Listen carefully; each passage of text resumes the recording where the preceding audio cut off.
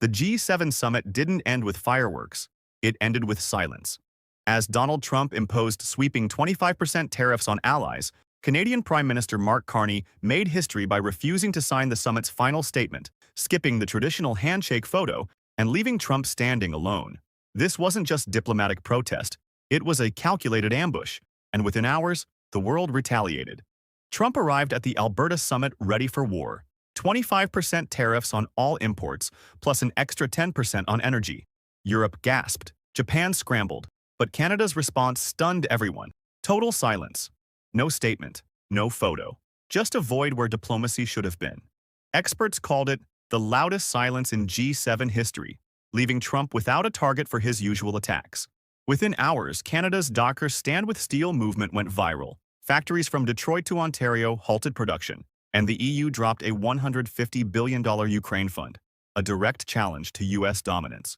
Europe didn't just push back. They rewrote the rules. Ursula von der Leyen unveiled a 5-point plan to cut America out entirely.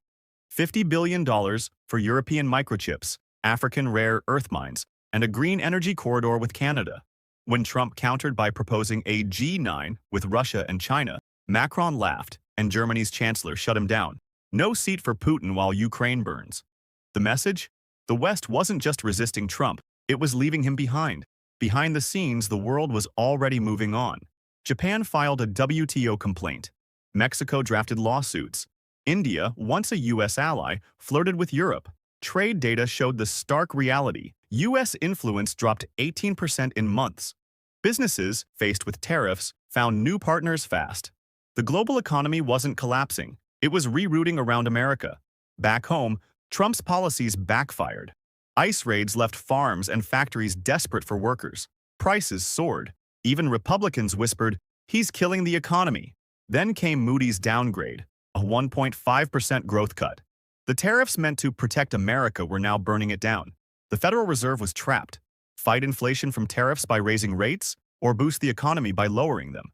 In the end, they froze, paralyzed as the 2024 election loomed. The result? Stagflation.